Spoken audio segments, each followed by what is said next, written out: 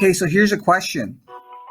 If you have IRS debt, would you pay off the IRS or would you buy a rental cash flow property that cash flows enough every month to meet the payments plus a little extra to pay off the IRS with time? Thank you, Peter. Sound like you were on hold there.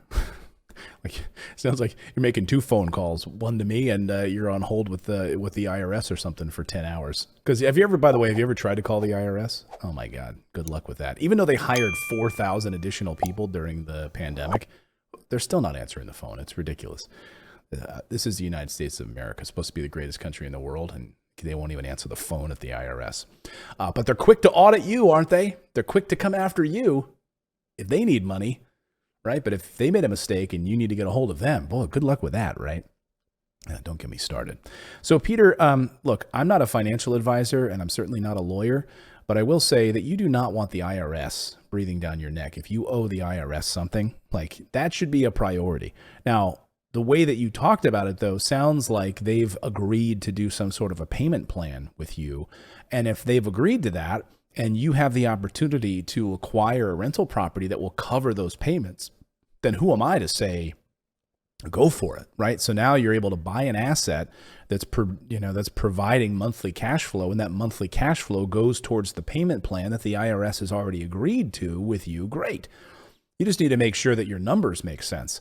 When you're investing in this real estate, like, please be sure that your numbers on this investment property really make sense.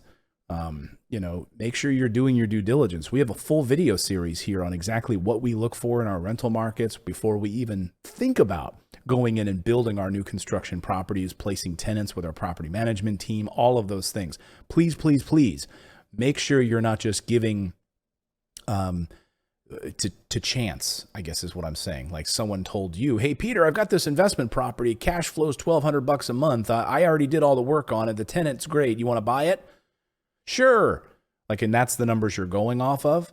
Then I first of all want to see, okay, let me see a rent roll. Show me the history of this tenant paying. Show me all the repairs and construction receipts and things like that you did on the property.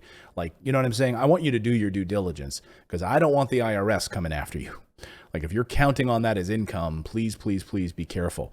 But yes, look, I'm all for using the system. Right? And if they've come to you and said, we can do a payment plan here at the IRS, and you have the opportunity to create cash flow and add to your net assets and build a portfolio of rental properties, by all means, go for it. I would personally, but I really want to make sure my numbers make sense.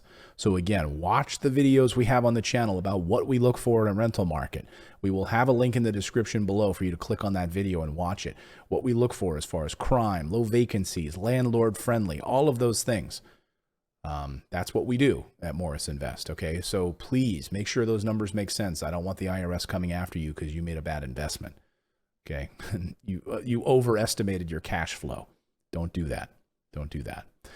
Okay, my friend. Well, thank you, Peter, for that question. Thanks to all of you for listening. You can leave us a voicemail question by going to morrisinvest.com/Clayton to drop us a question about real estate or financing, anything that's on your mind, and we will answer it here on the show. Now, go out there, everyone. Take action. Become a real estate investor. I believe it's the #1 way to build wealth. We'll see you next time, everyone.